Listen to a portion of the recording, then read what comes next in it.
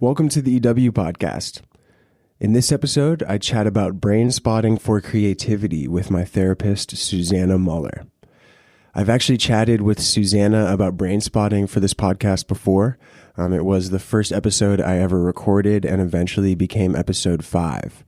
That episode is worth checking out. However, since it was very early in my little hobby here, I always felt like I could have done it a little better. So thankfully, Susanna was willing to join me again to revisit this conversation. If you're not familiar with Brainspotting, here's a quick definition from brainspotting.com. Brainspotting is a powerful, focused treatment method that works by identifying, processing, and releasing core neurophysiological sources of emotion or body pain, trauma, dissociation, and a variety of other challenging systems. Brainspotting locates points in the client's visual field that help to access unprocessed trauma in the subcortical brain. So as mentioned, we'll specifically be talking about Brainspotting for enhanced creativity, but first I want to open with some quick words on what Brainspotting has been able to do in the world of trauma. The Newton Sandy Hook Community Foundation was formed in response to the December 2012 school shooting at Sandy Hook Elementary School. The mission of the foundation is as follows, and I pulled this from their website. The mission of the foundation is to devote itself to furthering and supporting operations and activities which address the short-term and long-term unmet needs of individuals and the Newton community arising from the tragic events at Sandy Hook Elementary School on December 14, 2012. In their report from 2016, the Newton Sandy Hook Community Foundation surveyed adults in the community. This included parents, family members, teachers and staff, first responders to the tragedy, and a few other groups. So one of the things the survey wanted to find out was which therapeutic interventions had been most successful for these adults following the December shooting. So the sample size is a little bit small, but the numbers clearly indicate that Brainspotting was the most successful therapeutic intervention used by the adults. So the survey takers were given a 4-point scale with which to rate their therapy experience. The most effective was very effective, and that went down to effective, somewhat effective, and then not at all. Out of everyone who used Brainspotting following the school shooting, 59% said that it had been very effective. Now compare this to traditional talk therapy, which 25% of people said had been very effective for them. So 59% for Brainspotting and 25% for traditional talk therapy. Now, of course, this isn't a definitive study supporting Brainspotting over all other therapies. However, it does seem to show that, on average, Brainspotting may be more effective than other methods currently being used. So personally, I have tried Brainspotting, and I'm friends with 3 others who have tried it as well, including my partner, Lauren. So for me, I probably would have rated my session as effective on the scale used in the Newton Sandy Hook survey. As you'll hear in this episode, it's really important to not work hard during your session, and that's something I'm definitely guilty of. Out of my friends, 2 of them would have rated it as very effective and 1 not at all. So 2 very effective, 1 effective, 1 not at all. We're kind of in line with the Newton Sandy Hook Foundation survey mentioned before. So after this podcast is over, if you're interested in speaking with Susanna and possibly exploring some Brainspotting yourself, you can visit her link online that I've also provided in the show notes. She's currently seeing clients by phone, FaceTime, and online video conferencing, and Brainspotting is a therapy you can try remotely. All right, so I've given you some notes on what Brainspotting is. We've talked about where Brainspotting has excelled, and now we're going to get into how Brainspotting can be used by performers, and this could range from athletes to actors to musicians. Brainspotting can help you get over your nerves, get into character, or just get out of your thinking brain and into a flow state. So without further ado, here is Susannah Muller and Brainspotting for Enhanced Creativity.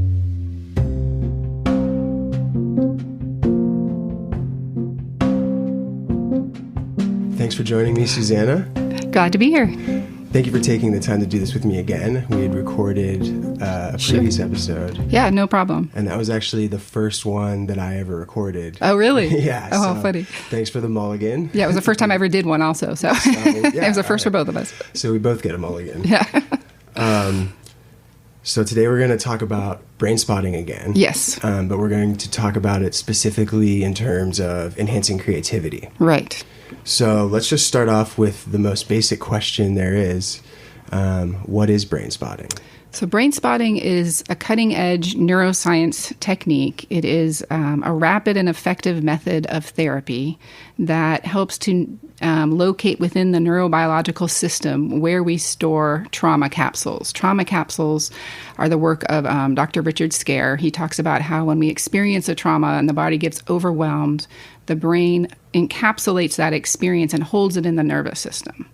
There's not like a serious capsule in there, but what there is a network of neural activity that related to that experience that hasn't been processed.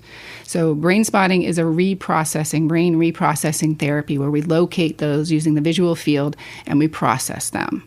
And that gives us better coherence, it gives us better creativity, it heals us from anxiety and depression as well as other things. So when you say process, does that mean you're letting it run its course somehow? In a sense, yes. Okay. So when we first thing we do is we get the person activated around whatever the issue is. Say it was a rejection. An actor went out for an audition and did poorly. We might get them activated in their body, feeling that feeling they felt at that time. And then we use their vision to locate a spot by reading their body and their neurobiological signals for where that neural network of activity is. And once we find it, then we hold that eye position. And when we do that, it's an instinctive thing. The lower brain, the subcortical brain, clicks on and it starts to heal that. And we call that processing. Processing is a unique thing for each individual. People process in different ways, which is kind of the fun part for me because I see people process in all different ways. I have one client who almost looks like she's dancing when she's processing. Her body's moving all over the place. I have other clients who get very calm and quiet and their eyes close and they curl up in a little ball and they don't say anything for the entire session. I have other clients who will tell me afterwards that it was like watching a movie of their life, that they saw all these different memories come up and play out. Some clients have a more symbolic or metaphorical kind of experience where they'll see like, I was on this side of a river and my dad was on the other side of a river and we built the bridge, just all kinds of amazing things come out of it. And all of these manifestations or displays of emotion or processing that you see, are they all kind of related in somehow to the trauma that's being experienced? So if it's something scary, they might show scared. Right. They might, okay. Yes. It can be intense at times. I've worked recently with a woman who had a near drowning experience. And as we got deeper into that experience and the processing, she was pretty scared and pretty upset. But it was a finite process. By the end of the session, she had gotten to a place of peace.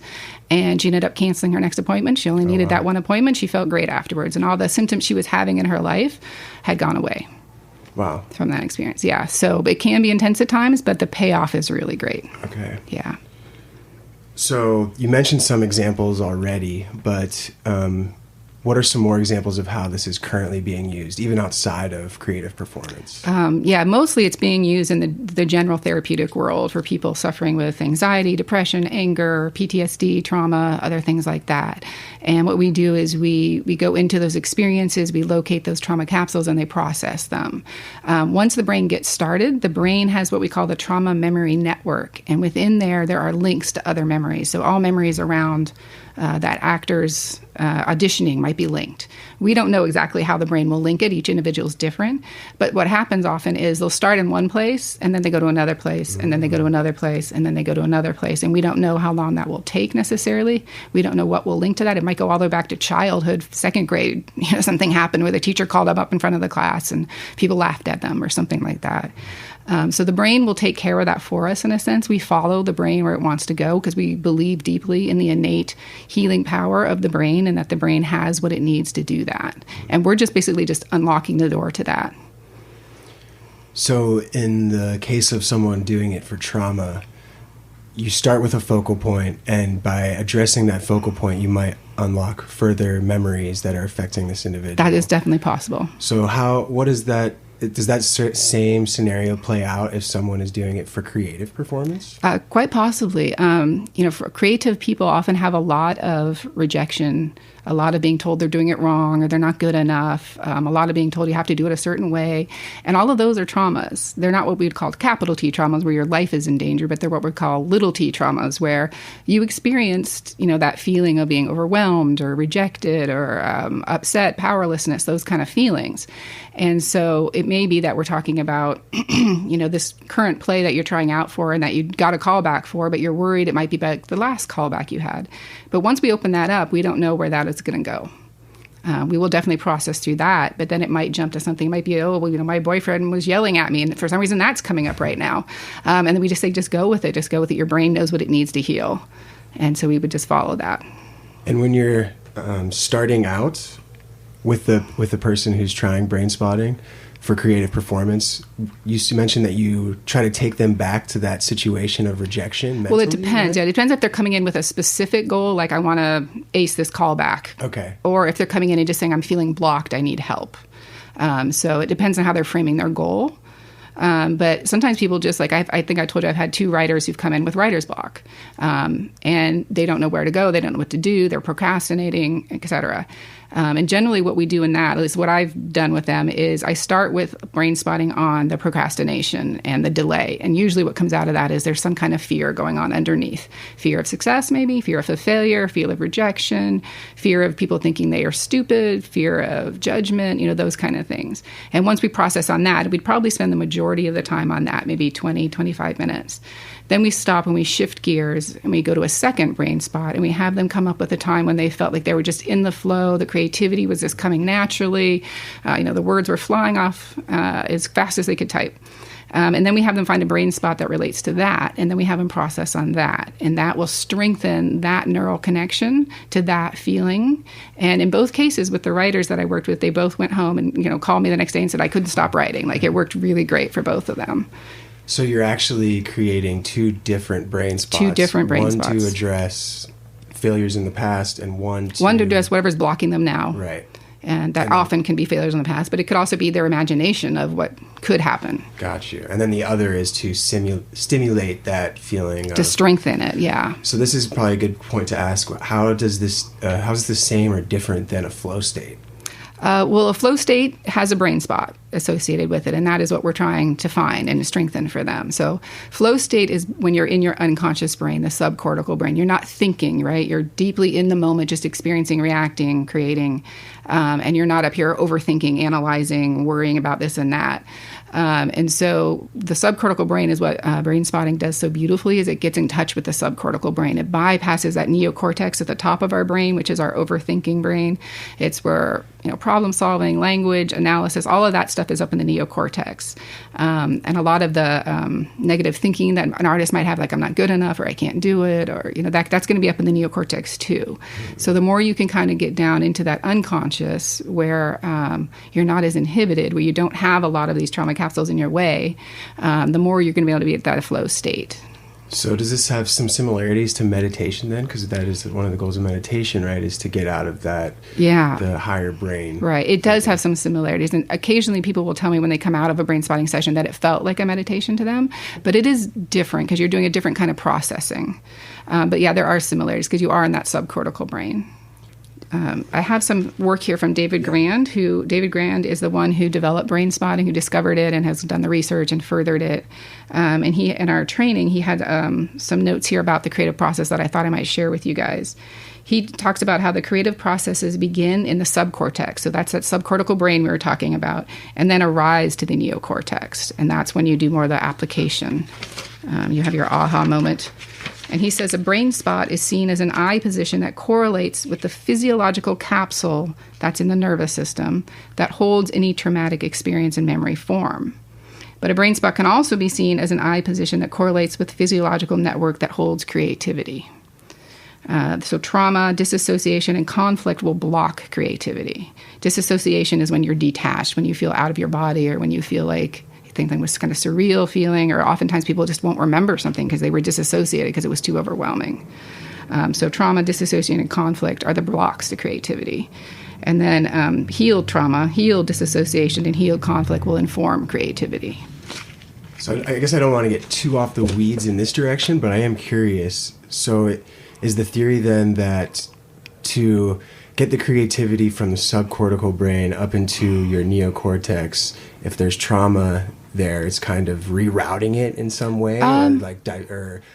Yeah, the brain is amazing. I think we went over this last time. It's got 100 trillion neurons in there. It has like 1 quadrillion, which is 1 million times 1 billion possible synaptic connections. So a lot of times people are able to adapt around the trauma capsules. We all have trauma capsules and we all adapt around them. Some people are better at it than others and will be able to go on and perform without noticing any hindrance.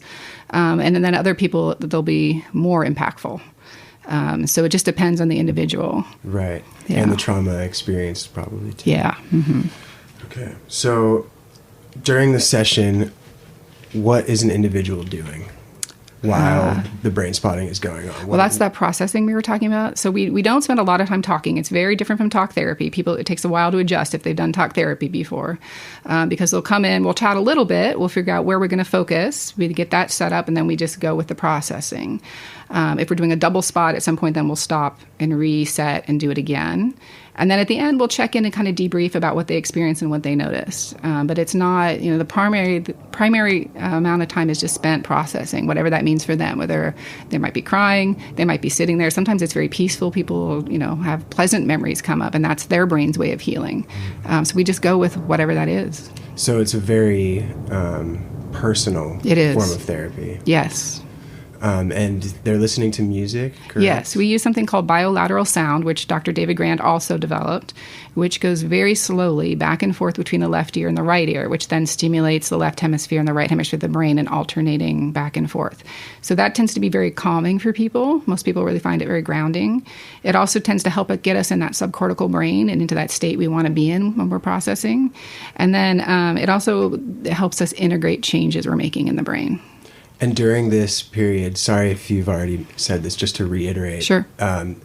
They're actively in their mind as they're listening to the music and watching the pointer, trying to replicate that feeling that they're only at the beginning. Guessing. Okay. That's our door opening. We go through that door and we do that, but then it may go all different places. And you just let it go. You just let it go, yeah. Cool. And that's the hardest part for people the first time they do brain spotting is often they want to do well and they want to try hard.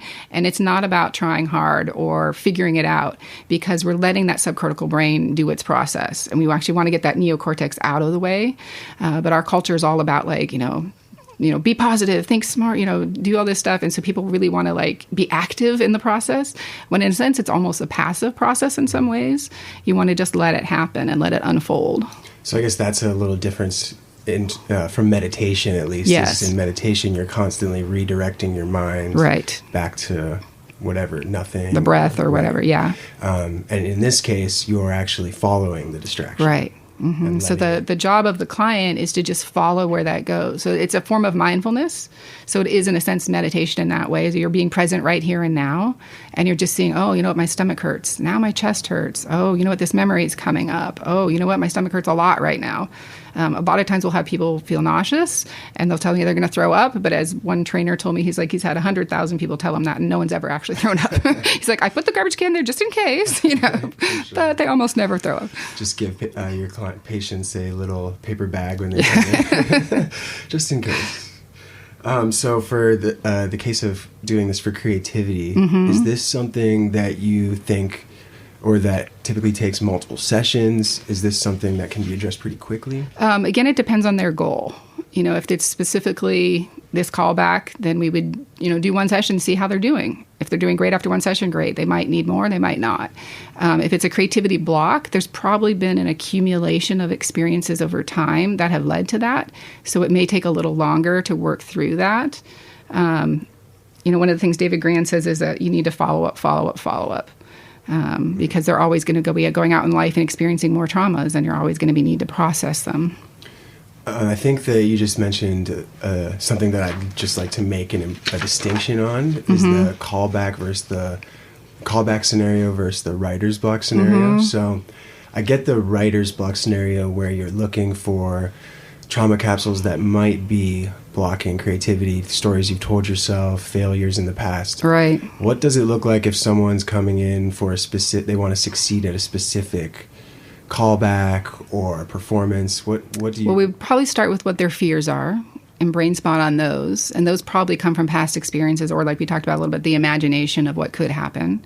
And you process on those until that activation goes way down. So if maybe they start, their nerves or their anxiety is at a 9, you want to process them down to a 0 or 1. And then you would go, one of the things David Grand does is with actors, he has them find a brain spot for that character. Because he says what actors are doing when they create a character is a lot in the subcortical brain. And so he'll have them actually get into character, however long that takes, whatever that process is for them, and then find a brain spot. And then brain spot on that. And then he'll have them talk about that character, their backstory. And it was really, I watched him do this once, and it was fascinating to watch. And then afterwards, they can use that brain spot, if that eye position, right before the callback when they're in character to get them into that deep place. That's awesome. Yeah. It's pretty neat to watch. So I guess that goes to another question I had is, once someone has established this brain spot with you or another professional, they would benefit most by accessing it right before they're about to do their performance. They definitely could. And athletes can do this too. For being in the flow state or for being calm and grounded, you could have both kind of states depending on what they need, and you'd have separate brain spots. But yeah, you could definitely access it anytime. The trauma memory network in the subcortical brain is always changing, part because we're processing and part because we're experiencing new things. So it doesn't necessarily mean every time the eye position will be exactly the same, but generally people can find it. Once they have done it a few times, they can find it. So it might be the same, and a lot of times it is the same, but then it might also change. Is this something that once you've done it the first time, it starts to take less time to access, or are you... I think so. I mean, I see with a lot of clients, the brain learns how to brain spot. And once you show it how, it picks it up pretty fast. So it's like a skill, just like meditation. Yeah, in a sense. You're kind of honing it. Yeah, except it's almost more instinctive because we're coming from the subcortical brain, which is instinctive. That's what's controlling our heartbeat, our breathing, all that stuff, your reflexes, all that stuff. And that's where we're coming from. So it's like you break your finger. You don't sit there and think about, okay, now I'm going to do this to heal it. Now I'm going to do that to heal it. You just let the body do it. Mm-hmm. Once we open that framework to the brain spotting, the brain just does it. That's really fascinating. It is. It is really fascinating stuff. Does the spot wear out? I don't think wear out is a term I would use. Okay. So you're talking about one that would be a positive one, like a creativity spot. Yeah, so if you had it, like you said, for the callback one, if you had a brain spot that you were calling up every time, accessing every time you were about to have a callback or some performance. No, I don't think it would wear out. What tends to sort of go away is the negative activation. The nerves, the fear, maybe the body dysregulation, my stomach hurts, my chest hurts, that kind of thing. That will tend to go away the more you use a spot, but that will only make the positive parts better, stronger. So it's almost a case where by doing it more, you're healing your body to a point where you're not even experiencing the things that were causing you to need to do it in the first place. That's possible. And then from there, it can just become pure benefit. Right. Like not necessarily trying to... Yeah. Like, for example, with athletes, we'll develop a spot where they feel calm and grounded because to perform your best, you want to be loose and relaxed. You don't want to have a lot of muscle tension and bracing. And that unconscious muscle guarding that we do when we have trauma impacts our performance. So the more they process on that brain spot that feels calm and grounded, they might have some processing around that where they have muscle twitches or discomfort or those kind of things. But the more they do that, neurobiologically, they're sort of, it's like if it was knotted up, they're smoothing it out. They're undoing those knots, and it's becoming calmer and more grounded. So you already mentioned this, but I want to just touch on it again. Mm-hmm. So it's possible to have multiple brain spots. Absolutely. Like it's possible we all have hundreds of brain spots. So, okay. And it's possible maybe thousands. To have one that's associated with like that you'd access before holidays or something when you're with your family. That something sure. like that. Like a calm and grounding one kind of thing. Yeah. So you can have multiple in that case. Absolutely. Cool. And there's you could have one for dad, one for mom. One for the whole family. Right. How are these determined? It's your neurobiological system, so it's individual to you. And it's about being activated around it and then sort of watching where the eyes go or how the body reacts. So there are different ways of finding it. There's basically 3 ways. There's the inside window, which is more from the clients inside themselves, like, oh, when I look there, I feel tension in my chest.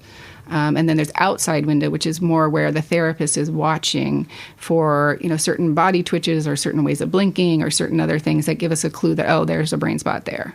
And in that case, there's usually multiple of them, and it's sort of your intuition and your training and experience to pick the best one of those spots.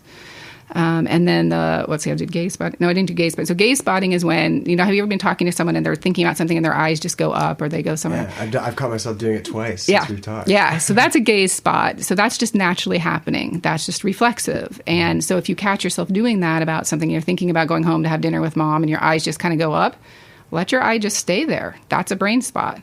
And just process on that. Try to stay out of that neocortex. Don't try to problem solve. Okay, well, if I do this, then should you do this? Try not to go into that. Try to just see what comes up. You might cry. You might get angry. You might just have a memory come up. You might find your body moving. It's your neurobiological system reacting, and it's processing out those knots. And that's just where you go. You just stay there. Wow. And that's something that everyone does. Absolutely. We all do it all the time, but at a much lower intensity. And with sort of a big frame, like we're distracted all the time. We're going up in our neocortex all the time. We're checking our phone or whatever. So there's a low grade sort of always going on. But when we do the brain spotting, we're really bringing in that frame, focusing and doing a much more intense way of processing. It's like a laser. Yes. Using a laser instead of a flashlight. Yes. In fact, I think that's what David Gran refers to it as, laser-like precision. So if someone is looking off into the distance and all of a sudden they just feel super emotional and want to curl up in a ball, don't stop. Keep. If they can. If you're in a place where you can process it, go ahead and process it. We can't do that a lot of the time. We've got to, make dinner for the kids or do our work or whatever it is. So we don't have to have that freedom. But if you do have that freedom, yeah, great. Can the processing sometimes be so dealing with such traumatic issues that it is almost traumatic to the person to go through this? That is one thing important about highly traumatic memories especially, is that you do want to do that with a therapist if you can, because one of the main components of that kind of trauma is a feeling of aloneness. And if you can have a person there with you being compassionate, that can aid the healing to a great extent. So again, we don't necessarily want you to, if you have a lot of trauma and a lot of big, or even big trauma that not a lot, just a little, you probably want to process that with a therapist because that's going to be a lot more healing and safe for you. So we're taking someone, when they're processing trauma, their body is very dysregulated. So when your body's dysregulated, you're feeling that physically as well as emotionally. And the brain spotting process helps the body go back to regulation. And having another person there, we know about mirror neurons where the person is experiencing the same thing with you. That helps to calm. Knowing you're not alone, that will also help to calm and get back to regulation. Yeah. So it's probably good to just, if you're doing this for the first time, maybe just start with a professional regardless. Yeah. Well, and the other thing, as I say, is we learn a lot of techniques on how to decrease the intensity. So if the intensity gets too much, there are things we can do while brain spotting to decrease it to make it more tolerable. So it's a lot more at the pace the client is comfortable with. But at the same time, we try not to interfere too much. Generally speaking, people don't get overwhelmed when they brain spot. They may get close, but most people will say, I'm okay, I want to keep going. But you do get people who are like, nope, too much, let's change this up. Yeah, so one of the things David Gran says is that performance and creativity should be seen as an issue about the entire person's life history. So we're not just looking at current related to acting stuff. We might also be looking at relationship stuff, family stuff like that. That can all, the brain doesn't distinguish between, oh, that was acting related and that wasn't. Or for an athlete, oh, that was a sports related thing versus that was something with my mom or my girlfriend or whatever. I think that says a lot about creativity itself too, that all these things can be tied up in its and how it works, and its efficiency. Yes. The creativity itself is a very emotional thing and can be tied into these past things very deeply. So it makes sense. And it's unconscious. It's outside of your awareness.